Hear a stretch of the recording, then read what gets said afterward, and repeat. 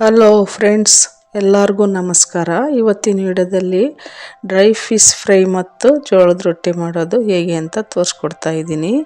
ಜೋಳದ ರೊಟ್ಟಿಗೆ dry fish ಫ್ರೈಗೆ ಭಾಳ ಸೂಪರ್ ಕಾಂಬಿನೇಷನ್ ಇರುತ್ತೆ. ತಿನ್ನುವಾಗ ತುಂಬ ರುಚಿ ಅನಿಸುತ್ತೆ. ನೋಡೋಣ. ಈಗ ಇಲ್ಲಿ ಒಂದು 100 ಗ್ರಾಮ್ನಷ್ಟು ನಾನು ಡ್ರೈ ಫಿಶ್ ತೊಗೊಂಡಿದ್ದೀನಿ. ಅದನ್ನೀಗ ಕ್ಲೀನ್ ಮಾಡ್ಕೊಳ್ತಿದ್ದೀನಿ.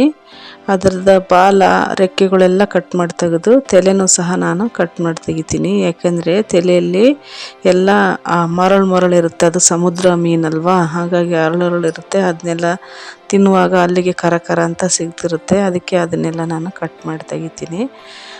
ಹೊಟ್ಟೆ ಭಾಗದಲ್ಲೂ ಸಹ ಸ್ವಲ್ಪ ಕರಿ ವೇಸ್ಟ್ ಎಲ್ಲ ಇರುತ್ತೆ. ಅದನ್ನು ಸಹ ನಾವು ತೆಗಿಬೇಕು. ಇಲ್ಲಾಂದರೆ ಅದು ನಮಗೆ ಆರೋಗ್ಯಕ್ಕೆ ಅಷ್ಟು ಒಳ್ಳೆಯದಲ್ಲ. ಅದನ್ನೆಲ್ಲ ತೆಗೆದುಬಿಟ್ಟು ನಾವು ಕ್ಲೀನ್ ಮಾಡ್ಕೊಂಡು ಈ ಕ್ಲೀನಿಂಗ್ ಪ್ರೊಸೆಸ್ಗೆ ನಮಗೆ ತುಂಬ ಟೈಮ್ ತಗೊಳುತ್ತೆ. ನಾನು ಸಣ್ಣ ಪೀಸಾಗಿ ಕಟ್ ಮಾಡಿ ತಗೊಂಡಿದ್ದೀನಿ. ನೀವು ಇದಕ್ಕಿಂತ ದೊಡ್ಡ ಪೀಸಾಗಿ ಸಹ ಕಟ್ ಮಾಡ್ಕೊಂಡು ತಗೋಬೋದು.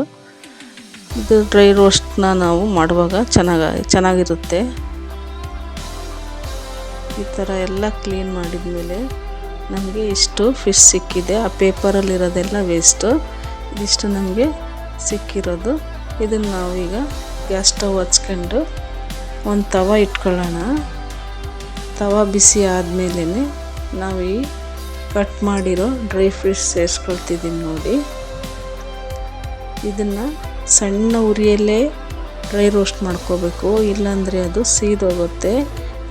ಈ ಡ್ರೈ ಫಿಶ್ ಕಟ್ ಮಾಡೋದು, ಇದನ್ನು ಡ್ರೈ ರೋಸ್ಟ್ ಮಾಡ್ಕೊಳ್ಳೋದೆ ತುಂಬ ಟೈಮ್ ತಗೊಳುತ್ತೆ. ಇದನ್ನು ನಾವು ಆರಾಮಿದ್ದಾಗೆ ಮಾಡ್ಕೊಂಡು ಈ ಥರ ಎಲ್ಲ ಡ್ರೈ ರೋಸ್ಟ್ ಮಾಡ್ಕೊಂಡು ತಣ್ಣಗಾದ್ಮೇಲೆ ಒಂದು ಬಾಕ್ಸಲ್ಲಿ ಹಾಕಿ ಎತ್ತಿಟ್ಕೊಂಡ್ರೆ ಅದು ಕೆಡಲ್ಲ.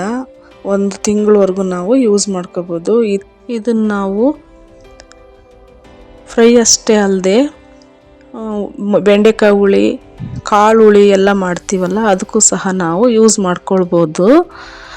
ಇದು ಸಾಂಬಾರೆಲ್ಲ ಆದಮೇಲೆ ಲಾಸ್ಟಲ್ಲಿ ಇದನ್ನು ಬಿಸಿನೀರಲ್ಲಿ ಹಾಕಿ 1-2 ಸಲ ತೊಳೆದ್ಬಿಟ್ಟು 1-2 ಕುದಿ ಕುದಿಸ್ಕೊಂಡ್ಬಿಟ್ರೆ ಅದು ಮುದ್ದೆ ತುಂಬ ಚೆನ್ನಾಗಿರುತ್ತೆ. ಈಗ ನೋಡಿ, ನಾನು 1-2 ಟೀ ಲೋಟದಷ್ಟು ನೀರನ್ನ ಜಗ್ಗಿಗೆ ಇಟ್ಕೊಳ್ತಿದ್ದೀನಿ. ಈ ನೀರು ಕುದಿಯುವಾಗ ನಾವು ಇಟ್ಕೋಬೇಕು ರೊಟ್ಟಿಗೆ. ಈ ನೀರು ಕುದಿಯೋಷ್ಟರಲ್ಲಿ ನಾವು ಹಿಟ್ಟು ಜರಡಿ ಮಾಡ್ಕೊಂಬಿಡೋಣ. ಹಿಟ್ಟನ್ನು ನಾವು ಜರಡಿ ಮಾಡಿ ಯೂಸ್ ಮಾಡ್ಕೋಬೇಕು, ಇಲ್ಲಾಂದರೆ ಅದು ತೌಡೆಲ್ಲ ಸೇರ್ಕೊಂಡ್ಬಿಡುತ್ತೆ, ರೊಟ್ಟಿ ಚೆನ್ನಾಗಿ ಬರಲ್ಲ. ಈಗ ನೋಡಿ, ನಾನು ಕುದಿತಿರೋ ನೀರಿಗೆ ಹಿಟ್ಟು ಒಂದೇ ಹತ್ರನೇ ದುಂಡಿಗೆ ಇಟ್ಕೊಳ್ತಿದ್ದೀನಿ. ಆ ಥರ ದುಂಡಿಗೆ ಇಟ್ಕೋಬೇಕು, ಇಲ್ಲಾಂದರೆ ಗಂಟಾಗ್ಬಿಡುತ್ತೆ. ಇಟ್ಟಿದ ತಕ್ಷಣವೇ ನಾನು ಗ್ಯಾಸ್ ಆಫ್ ಮಾಡ್ಕೊಂಡು ಬಿಡ್ತೀನಿ. ಆಮೇಲೆ ಹಿಟ್ಟು ಕೂಡಿಸ್ಕೊಳ್ಳೋಣ. ಈಗ ನೋಡಿ, ಇನ್ನೂ ಸ್ವಲ್ಪ ರೋಸ್ಟ್ ಮಾಡ್ಕೊಳ್ತಾನೆ ಇದ್ದೀನಿ ನಾನು ಫಿಶ್. ನೋಡಿ, ಈಗ ಕೂಡಿಸ್ಕೊಳ್ಳೋಣ. ನಾನು ಇಲ್ಲಿ 8-9 ರೊಟ್ಟಿ ಮಾಡ್ಕೊಳ್ತಿದ್ದೀನಿ. ಅದಕ್ಕೆ ಇಷ್ಟು ಜಿಗಿ ಆದರೆ ಸಾಕು. ನೀವು ಬೇಕಾದರೆ ಜಾಸ್ತಿ ಮಾಡೋದಾದರೆ ಜಾಸ್ತಿ ನೀರು ಇಟ್ಕೊಂಡು ಮಾಡ್ಕೋಬೋದು. ಇದು ನಾನು 8-9 ರೊಟ್ಟಿ ಮಾಡ್ಕೊಳ್ತಿದ್ದೀನಿ. ನೀವು ಹೊಸ್ದಾಗಿ ಕಲಿಯೋರಾದರೆ ಸ್ವಲ್ಪನೇ ಮಾಡ್ಕೊಂಡು ರೊಟ್ಟಿ ಮಾಡಿ ಕಲ್ತ್ಕೊಳ್ಳಿ. ಜಾಸ್ತಿ ಮಾಡಿ ಎಲ್ಲ ಕೆಡ್ಸ್ಕೊಳ್ಳೋಕೆ ಹೋಗಬೇಡಿ. ಈ ಹಿಟ್ಟನ್ನೆಲ್ಲ ಈ ಬೌಲಿಗೆ ಸುರ್ಕೊಂಡ್ಬಿಟ್ಟು ನಾವು ಅದೇ ಪಾತ್ರೆಗೆ ಸ್ವಲ್ಪ ನೀರು ಹಾಕ್ಕೊಂಡು ಬರ್ತೀನಿ. ಆಮೇಲೆ ಇದಕ್ಕೆ ಒಂದು ಸ್ವಲ್ಪ ಒಣ ಹಿಟ್ಟು ಸೇರಿಸ್ಕೊಳ್ತೀನಿ. ಈಗ ಇದನ್ನು ಸ್ವಲ್ಪ ತಣ್ಣೀರು ಸೇರಿಸ್ಕೊಳ್ತಾ ನಾದ್ಕೋಬೇಕು. ಒಂದು ಸ್ವಲ್ಪನೂ ಗಂಟಿಲ್ದೋ ಥರ ಚೆನ್ನಾಗಿ ನಾದ್ಕೋಬೇಕು. ನಾವು ಎಷ್ಟು ಚೆನ್ನಾಗಿ ನಾದ್ಕೊತೀವಿ ರೊಟ್ಟಿ ಅಷ್ಟೇ ಚೆನ್ನಾಗಿ ಬರುತ್ತೆ. ನೋಡಿ, ಈ ಥರ ಚೆನ್ನಾಗಿಟ್ಟು ನಾದ್ಕೊಳ್ಬೇಕು. ಯಾರೆಲ್ಲ ನನ್ನ ವಿಡಿಯೋ ನೋಡ್ತಾ ಇದ್ದೀರಾ, ನನ್ನ ಚಾನಲ್ ಸಬ್ಸ್ಕ್ರೈಬ್ ಮಾಡ್ಕೊಂಡು ವಿಡಿಯೋ ನೋಡಿ. ಹಾಗೆಯೇ ಪಕ್ಕದಲ್ಲಿರೋ ಬೆಲ್ ಐಕನ್ನ ಕ್ಲಿಕ್ ಮಾಡಿದ್ರೆ ನಾನು ಹಾಕೋ ನೋಟಿಫಿಕೇಷನ್ ನಿಮಗೆ ಮುಂಚಿತವಾಗಿ ಬರುತ್ತೆ. ನನ್ನ ವಿಡಿಯೋ ಇಷ್ಟ ಆದಲ್ಲಿ ಒಂದು ಲೈಕ್ ಕೊಡಿ. ನೋಡಿ, ಈ ಥರ ಹಿಟ್ಟು ಸರಿಯಾಗಿ ನಾದಿ ಇಟ್ಕೊಳ್ಬೇಕು. ಇದಕ್ಕೆ ನಾವು ಸ್ವಲ್ಪ ಉದ್ದಕ್ಕೆ ಕೆಳಗೆ ಒಣ ಹಿಟ್ಟು ಸ್ವಲ್ಪ ಹಾಕ್ಕೊಳ್ಳೋಣ. ಈಗ ಫಿಶ್ಶು ಡ್ರೈ ರೋಸ್ಟ್ ಆಗಿದೆ. ಇದನ್ನು ಒಂದು ಪ್ಲೇಟಿಗೆ ತಕ್ಕೊಳ್ತಿದ್ದೀನಿ. ತಕ್ಕೊಂಡಿರೋ ಫಿಶ್ನ ನಾನು ಬಿಸಿನೀರು ಹಾಕಿದ್ದೀನಿ ಒಂದು ಬೌಲಿಗೆ. ಅದರಲ್ಲಿ ಸ್ವಲ್ಪ ಉಪ್ಪು ಸೇರಿಸಿದ್ದೀನಿ. ಅದಕ್ಕೆ ಇವನ್ನ ನಾನು ಸೇರಿಸಿ ನೆನೆ ಇಡಲು ಬಿಡ್ತೀನಿ. ಅಷ್ಟರಲ್ಲಿ ಒಂದು ರೊಟ್ಟಿ ಮಾಡಿ ತೋರಿಸ್ಕೊಡ್ತಿದ್ದೀನಿ ನೋಡಿ. ಈ ಥರ ಹಿಟ್ಟನ್ನ ಈ ಥರ ಚೆನ್ನಾಗಿ ಒಂದು ರೊಟ್ಟಿ ಆಗೋಷ್ಟು ಹಿಟ್ಟು ತಗೊಂಡು ಈಗ ದುಂಡಗೆ ಮಾಡ್ಕೊಂಡು ಇದನ್ನು ಕೆಳಗೆ ಮೇಲೆ ಹಿಟ್ಟು ಹಾಕ್ಕೊಂಡು ನೋಡಿ ಈ ಥರ ಎಡಗೈಯಿಂದ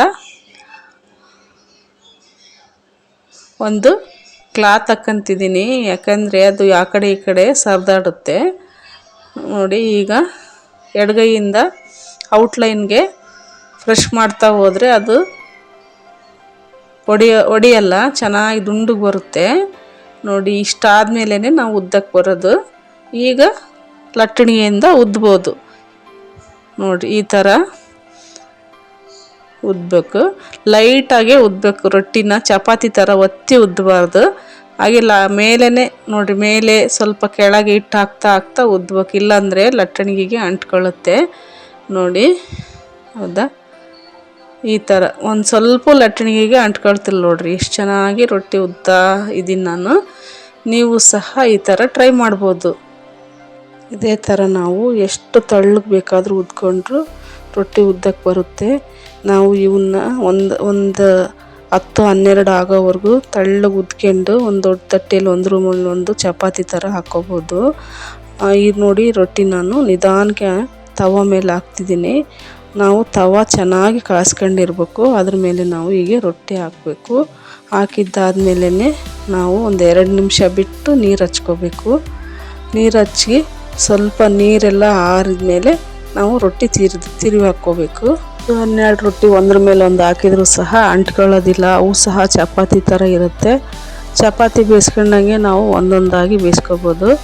ಈಗ ನೋಡಿ ನಾನು ರೊಟ್ಟಿ ತಿರುವಿ ಹಾಕ್ತಿದ್ದೀನಿ.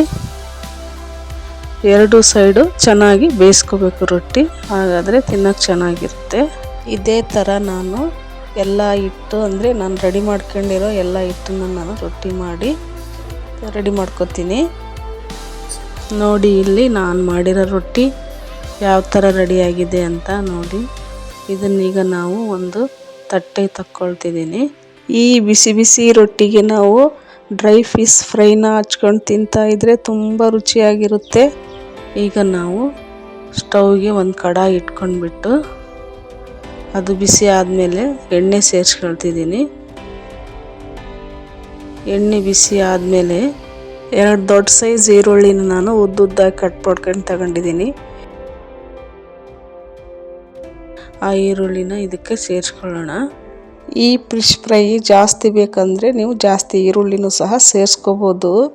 ನಾನು 2 ಅಷ್ಟೇ ಸೇರಿಸ್ಕೊಂಡಿದ್ದೀನಿ, ನೀವು ಇದಕ್ಕೆ 4 ಈರುಳ್ಳಿ ಸಹ ಸೇರಿಸ್ಕೋಬೋದು. ಮೀನು ಅಷ್ಟೇ ಇರಲಿ ಬೇಕಾದ್ರೆ ಫಿಶ್ಶು, ಈರುಳ್ಳಿ ಮಾತ್ರ ಜಾಸ್ತಿ ಸೇರಿಸ್ಕೋಬೋದು. ಈರುಳ್ಳಿ ಫ್ರೈ ಆದಮೇಲೆ ನಾವು ಟೊಮೊಟೊ ಸೇರಿಸ್ಬೇಕು. ಈರುಳ್ಳಿ ಕಲರ್ ಚೇಂಜ್ ಆಗೋವರೆಗೂ ಫ್ರೈ ಮಾಡ್ಕೊಳ್ಳೋಣ. ಅಷ್ಟರಲ್ಲಿ ಒಂದು ಮೀಡಿಯಮ್ ಸೈಜ್ ಟೊಮೊಟೊ ತಗೊಂಡಿದ್ದೀನಿ, ಅದನ್ನು ಸಣ್ಣದಾಗಿ ಕಟ್ ಮಾಡ್ಕೊಂಡು ಈ ಫ್ರೈಗೇನೆ ಸೇರಿಸ್ಕೋಬೇಕು ನೋಡಿ. ಸೇರಿಸ್ಕೊಳ್ತಾ ಇದ್ದೀನಿ. ಟೊಮೊಟೊ ಸಹ ಹಸಿ ವಾಸನೆ ಹೋಗೋವರೆಗೂ ಚೆನ್ನಾಗಿ ಎಣ್ಣೆಲಿ ಫ್ರೈ ಆಗಲಿ. ಇದಕ್ಕೀಗ ನಾವು ರುಚಿಗೆ ತಕ್ಕಷ್ಟು ಉಪ್ಪು ಸೇರಿಸ್ಕೊಳ್ತಿದ್ದೀನಿ. ಕೆಲವರಿಗೆ ಡ್ರೈ ಫಿಶ್ ಅಂದರೆ ಇಷ್ಟ ಇರಲ್ಲ, ನಮಗೆ ಅದು ವಾಸ್ತೆ ಅಂತಾರೆ. ಅಂಥವ್ರು ಬೇಕಾದರೆ ನೀವು ಇಂಟ್ರೆಸ್ಟ್ ಇಲ್ಲದ್ರೆ ಬೇಡ ಬಿಡಿ, ನೀವು ಮಾಡೋಕ್ಕೆ ಹೋಗಬೇಡಿ. ಒಂದು ಸ್ವಲ್ಪ ಅರಿಶಿನ ಸೇರಿಸ್ಕೊಳ್ತಿದ್ದೀನಿ. ಅವ್ರು ಮಾತ್ರ ಇದನ್ನು ವಿಡಿಯೋ ನೋಡಿ ಕಲ್ತ್ಕೊಂಡು ಮಾಡಿಕೊಳ್ಳಿ, ತುಂಬ ಚೆನ್ನಾಗಿರುತ್ತೆ. ಇದಾದಮೇಲೆ ಇದಕ್ಕೆ ನಾವು ಅಚ್ಚ ಖಾರದ ಪುಡಿ 2 ಸ್ಪೂನ್ ಹಾಕ್ಕೊಳ್ತೀನಿ. ಇದಕ್ಕೆ ಸ್ವಲ್ಪ ಖಾರ ಇರಬೇಕು, ಆವಾಗ ಟೇಸ್ಟ್ ಅನಿಸುತ್ತೆ ತಿನ್ನಲಿಕ್ಕೆ ನೋಡಿ. ಈ ಥರ ಖಾರ ಪುಡಿನೂ ಸಹ ಫ್ರೈ ಆದಮೇಲೆ 1 ಟೀ ಲೋಟ ನೀರು ಸೇರಿಸ್ಕೊಳ್ತಿದ್ದೀನಿ. ಮಸಾಲೆ ಎಲ್ಲ ಹಾಕಿ ಸ್ವಲ್ಪ ಹುಳಿ ಥರ ಮಾಡ್ಕೊಂಡ್ರೆ ಮುದ್ದೆಗೂ ಸಹ ನಾವು ಬಳಸ್ಕೋಬೋದು. ನಾನು ರೊಟ್ಟಿಗಾಗಿರೋದ್ರಿಂದ ಸ್ವಲ್ಪನೇ ನೀರು ಹಾಕ್ತೀನಿ, ಆ ಜೊತೆಗೆ ಮಸಾಲೆ ಕೊಬ್ಬರಿ ಏನೂ ಹಾಕಲ್ಲ, ಹಾಗಾಗಿ ಸ್ವಲ್ಪ ನೀರು ಸೇರಿಸ್ಕೊಳ್ತೀನಿ ನೋಡಿ. ನಾನು ಬಿಸಿನೀರಲ್ಲಿ ಹಾಕಿದ್ನೆಲ್ಲ ಉಪ್ಪು ಬಿಸಿನೀರಲ್ಲಿ ಆ ಮೀನಿಗೆಲ್ಲ ಕೊಳೆ ಬಿಟ್ಕೊಂಡಿದೆ. ಅದನ್ನು ನಾನು ಕ್ಲೀನಾಗಿ ಕೈಯಿಂದ ಹಿಚ್ಚಿಗೆ ತೊಳಿತಾ ಇದ್ದೀನಿ ನೋಡಿ. ತೊಳ್ಕೊಂಡು ಒಂದು ಸಲ ನೀರು ತೆಗೆದಿದ್ದೀನಿ. ಈಗ ಮತ್ತೆ ಬಿಸಿನೀರು ಹಾಕ್ಕೊಂಡು ಅದನ್ನು ಮತ್ತೆ ಕ್ಲೀನಾಗಿ ಕೈಯಿಂದ ನೋಡ್ರಿ ಈ ಥರ ಕ್ಲೀನಾಗಿ ಹಿಚ್ಕಿ ತೊಳೆದು ನೀರೆಲ್ಲ ತೆಗೆದು ಓನ್ಲಿ ಫಿಶ್ ಅಷ್ಟೇ ಸೇರಿಸ್ಕೊಳ್ತಿದ್ದೀನಿ. ನೋಡಿ ಡ್ರೈ ಫಿಶ್ಶು ಡ್ರೈ ರೋಸ್ಟ್ ಮಾಡ್ಕೊಂಡು ಸಣ್ಣದಾಗಿ ಕಟ್ ಮಾಡಿರೋ ಡ್ರೈ ಫಿಶ್ನ ನಾನು ಡ್ರೈ ರೋಸ್ಟ್ ಮಾಡ್ಕೊಂಡು ಮೀಡಿಯಮ್ ಫ್ಲೇಮಲ್ಲಿ ಈಗ ಬಿಸಿನೀರ ಕ್ಲೀನಾಗಿ ತೊಳೆದ್ಬಿಟ್ಟು 2 ಸಲ ಇದಕ್ಕೀಗ ಸೇರಿಸ್ಕೊಂಡಿದ್ದೀನಿ. ಇದು ಚೆನ್ನಾಗಿ ಉಪ್ಪು ಖಾರ ಎಲ್ಲ ಹಿಡಿಯೋವರೆಗೂ ಚೆನ್ನಾಗಿ ಮಿಕ್ಸ್ ಮಾಡ್ಕೊಳ್ಳೋಣ. ನೋಡಿ ಈ ಥರ ಎಲ್ಲ ಫಿಶ್ಗೂ ಈ ಥರ ಎಲ್ಲ ಫ್ರೈ ಮಾಡ್ಕೊಳ್ಳೋಣ. ಇದಕ್ಕೆ ಹಾಕೋದಿಷ್ಟೇ, ಇದಕ್ಕೆ ಹಸಿ ಶುಂಠಿ ಬೆಳ್ಳುಳ್ಳಿ ಗರಂ ಮಸಾಲ ಏನೂ ಹಾಕಲ್ಲ. ಇನ್ನೂ ಒಂದು ಟೀ ಲೋಟ ನೀರು ಸೇರಿಸ್ಕೊಂಡು ಬೇಯಕ್ಕೆ ಬಿಟ್ಬಿಡೋಣ. ಚೆನ್ನಾಗಿ ಬೆಂದರೆ ಆಯ್ತು, ನಮ್ಮದು ಫಿಶ್ ಫ್ರೈ ರೆಡಿ ಆಗುತ್ತೆ. ಇದಕ್ಕೆ ಮಸಾಲೆ ಎಲ್ಲ ಹಾಕಿದರೆ ಮಸಾಲೆ ಫ್ಲೇವರ್ ಎಲ್ಲ ಬಂದ್ಬಿಡುತ್ತೆ. ಹಾಗಾಗಿ ಡ್ರೈ ಫಿಶ್ ಫ್ಲೇವರೇ ಬೇಕು ನಮಗೆ. ಹಾಗಾಗಿ ಈ ಥರ ಮಾಡ್ಕೊಂಡ್ರೆ ರೊಟ್ಟಿಗೆ ತುಂಬ ಚೆನ್ನಾಗಿರುತ್ತೆ ತಿನ್ನೋಕ್ಕೆ. ನೋಡಿ ನಮಗೆ ಶೀತ ಆದಾಗ ಈ ಥರ ಪಲ್ಯ ಜೋಳದ ರೊಟ್ಟಿ ಮಾಡ್ಕೊಂಡು ತಿಂದರೆ 3-4 ರೊಟ್ಟಿನ ತಿನ್ಬೋದು. ಶೀತ ಆದಾಗೆ ನಮ್ಗೆ ಊಟ ಹೋಗ್ತಿರಲ್ಲ ನೋಡಿ, ಆ ಟೈಮಲ್ಲಿ ಇದು ತುಂಬ ಚೆನ್ನಾಗಾಗುತ್ತೆ. ನೋಡಿ ಯಾವ ಥರ ಫ್ರೈ ಆಗಿದೆ ಅಂತ. ಮೀನೆಲ್ಲ ಸ್ವಲ್ಪ ಬೆಂದಿರಬೇಕು, ಆವಾಗಲೇ ಫ್ರೈ ತುಂಬ ಟೇಸ್ಟಿಯಾಗಿರುತ್ತೆ. ಈಗ ನಾನು ರೊಟ್ಟಿ ಜೊತೆ ಸರ್ವ್ ಮಾಡಿದ್ದೀನಿ. ಡ್ರೈ ಫಿಶ್ಶು ಮತ್ತು ಡ್ರೈ ಫಿಶ್ ಫ್ರೈ ಮತ್ತು ಜೋಳದ ರೊಟ್ಟಿ ರೆಡಿಯಾಗಿದೆ. ತಿನ್ನಲು ತುಂಬ ರುಚಿಯಾಗಿರುತ್ತೆ.